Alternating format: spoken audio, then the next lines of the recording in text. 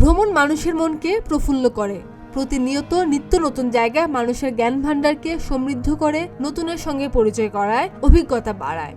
আর এইভাবেই ভ্রমণ মানুষের বয়সের গতিকে ধীর করে, অর্থাৎ বয়স কমায়।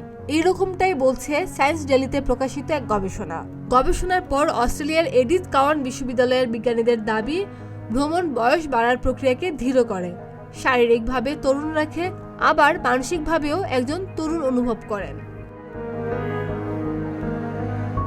ভ্রমণে নতুন নতুন মানুষের সঙ্গে পরিচয়, সামাজিক মিথস্ক্রিয়া, মানসিক উদ্দীপনা, বিভিন্ন অ্যাক্টিভিটি, স্পা, ভালো ঘুম, নতুন নতুন খাবার চেখে দেখা, এ সব কিছুই বয়স বাড়ার প্রক্রিয়াকে ধীর করে।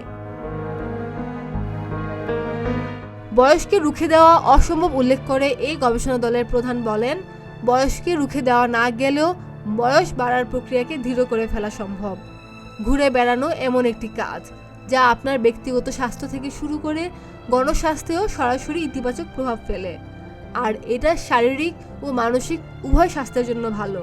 এই গবেষণায় আরও বলা হয়েছে, মেডিটেরিয়ান ডায়েট, পর্যাপ্ত ঘুম আর ব্যায়ামের ফলে মানুষ যেভাবে উপকৃত হয়, এক ভ্রমণে মিলবে তার সবকিছু। খাদিজা নিপা, প্রতিদিনের বাংলাদেশ।